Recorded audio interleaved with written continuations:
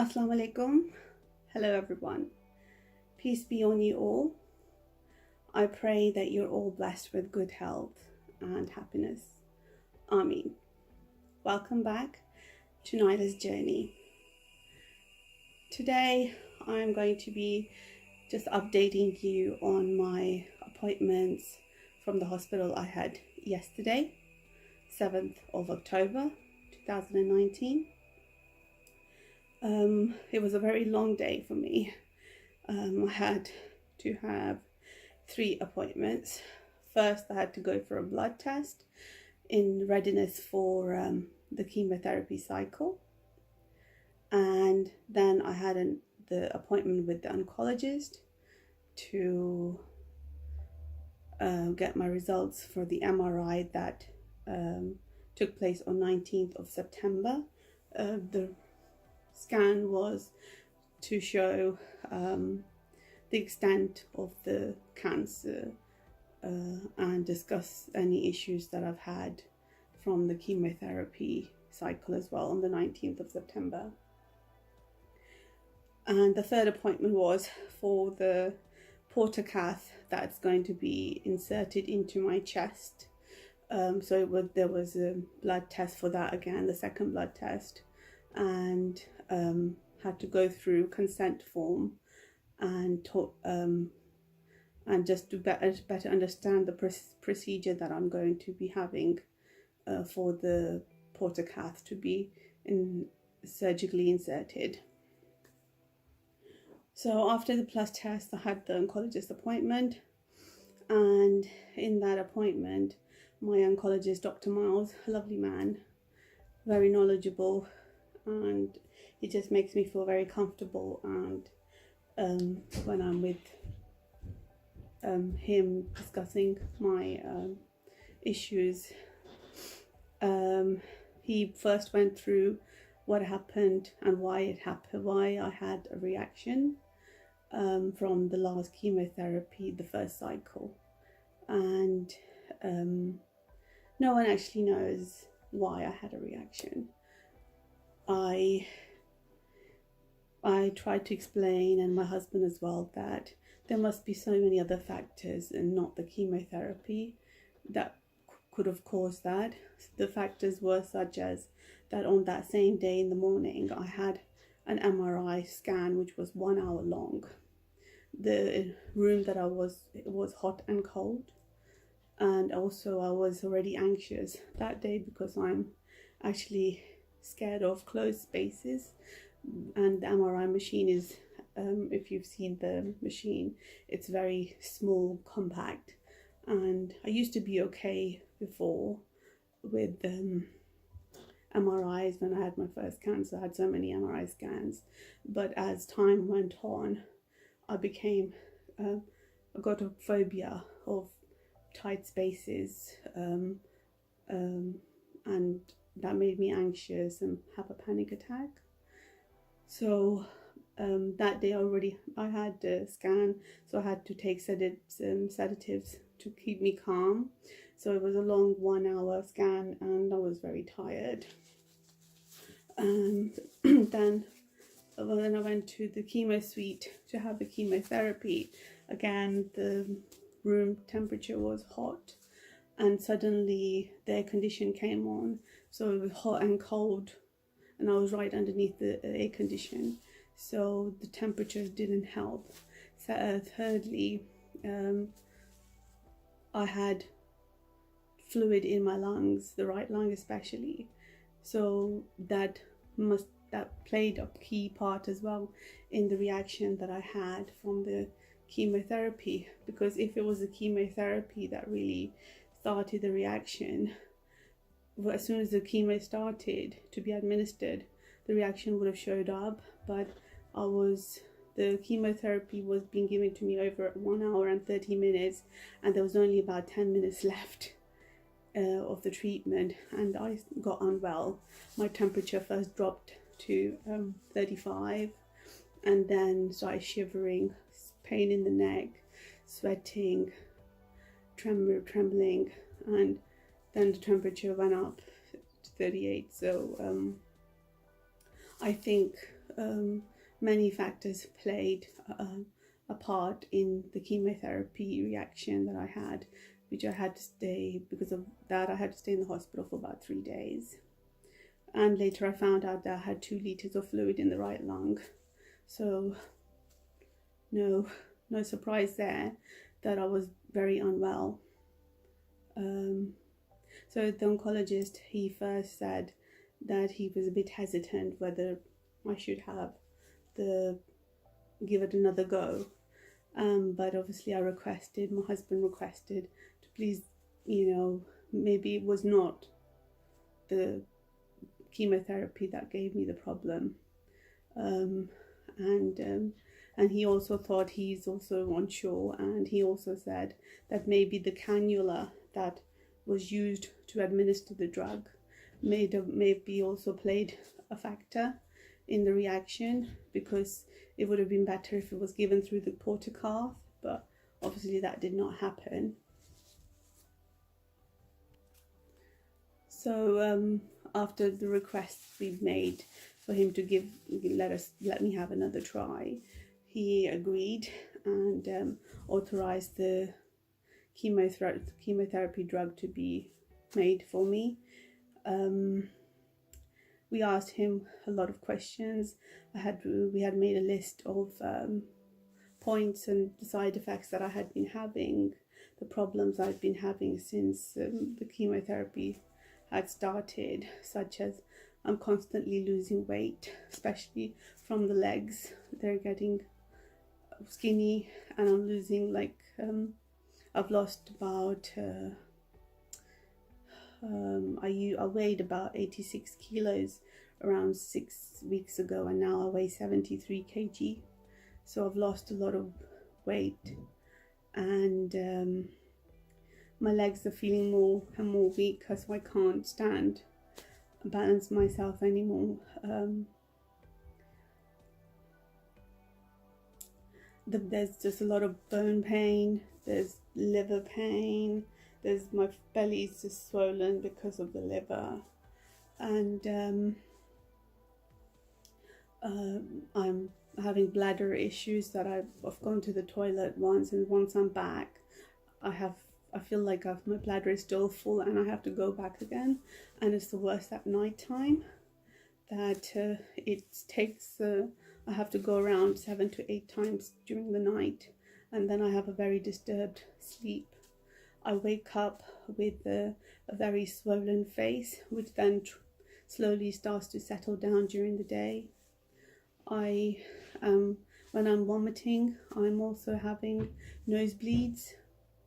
My teeth are now hurting quite a lot, and so I'm finding chewing food difficult, because it just hurts, and my taste buds has obviously changed, which happened before, but the teeth, I never had the issue with teeth before. And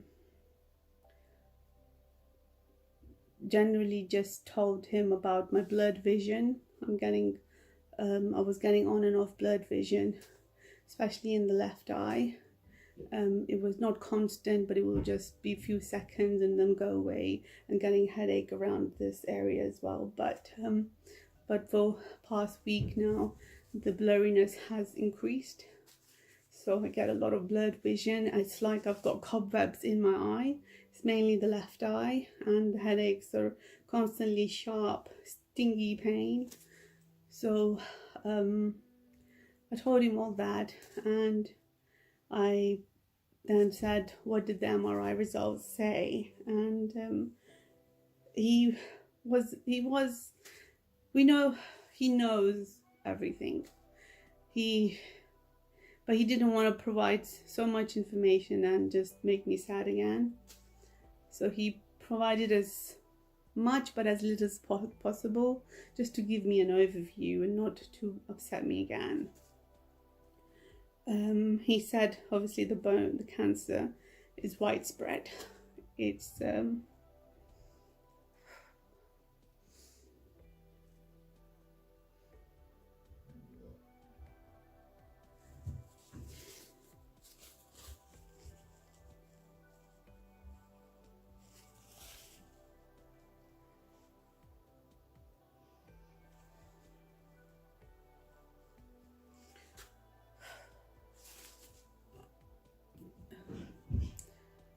It's widespread.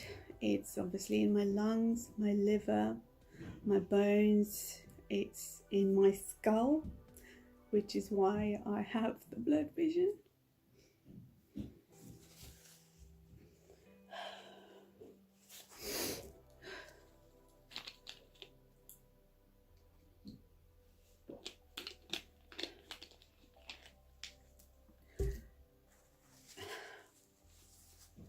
It's in patches everywhere.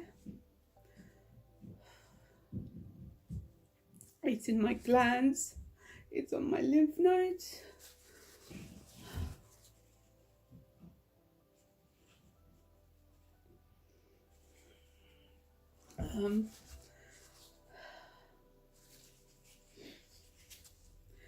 So it's expected.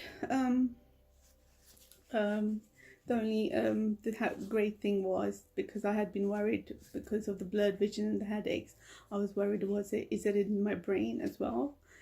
But alhamdulillah, it's not at all in my brain. So that was one great news I had. And the oncologist said that there's no obvious signs, but obviously I need to keep an eye on the blurred visions and the headaches. If they're constantly getting worse, then they will need to do a deep scan again of my brain and to keep an eye. So inshallah, I hope it doesn't get there. It stays contained with wherever it is right now. So please pray for me that this what happens. So I've just been advised that I just need to be cautious with my body because of the bone cancer. There's a high risk of getting hairline fractures or hurting myself, so I need to be careful when I'm moving around. I don't put too much pressure. I don't get knocked over, get hit or hurt.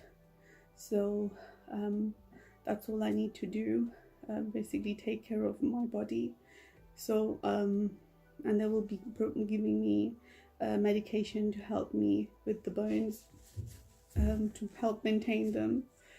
So my chemotherapy is going to now take place on Thursday. First it was going to take place tomorrow, Wednesday 9th, but because of the delay in authorizing my chemotherapy drug by my oncologist, because he hadn't decided whether he wanted to go ahead or not, it's now tomorrow. I'm going to have the portacath inserted here, and which is great, because I didn't want to have two things done in one day and get exhausted and then have to experience some kind of reaction again.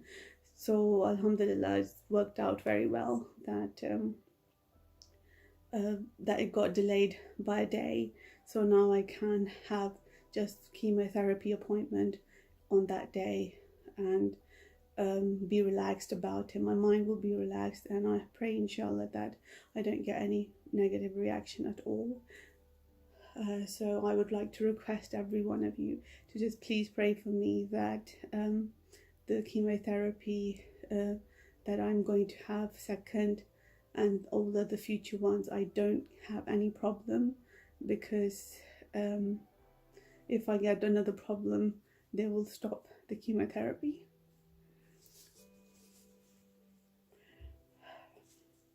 My friends asked me that if they were saying that they're thinking not to do it again, how will they contain it and give me a better quality of life? But myself and my husband didn't have the courage to ask that question.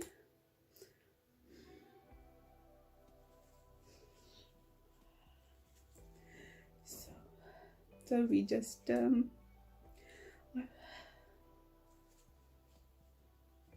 I just left that to Allah, that I've submitted to you.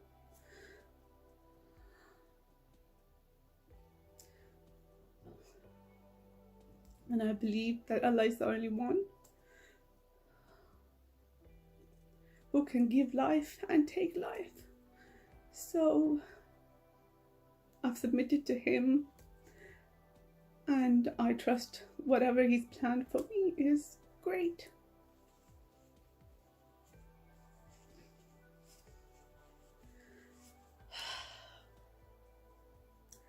Anyway, that was the update from yesterday's appointment. Tomorrow, when I have my portacath done, I will go, do another vlog, and hopefully I'm feeling better. It's going to be done under local anesthetic, but it's about an hour procedure, and then I have to stay for a while in the ward to recover. They will be monitoring me, and hopefully, inshallah, it will go well tomorrow, and I will update you.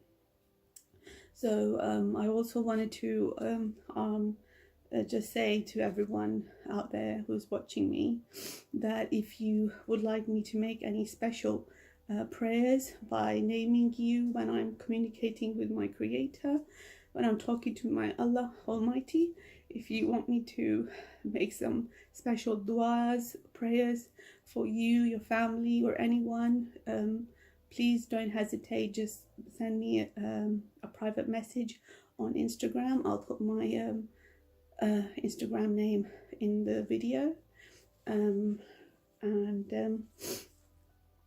you can have or you can just comment below under the video with whatever, and I will sure pray for you. I pray for everyone, every single person, no matter who you are, whatever faith you are from or don't have a faith. I pray for every single one of you. And if you want me to name you in my prayers specifically, I am more than happy to do that. It's my way of thanking you all and making sure Allah knows who you are, and I want Him to reward you all. So please don't hesitate to contact me. So keep praying for me, please, and stay happy, keep smiling, and stay blessed.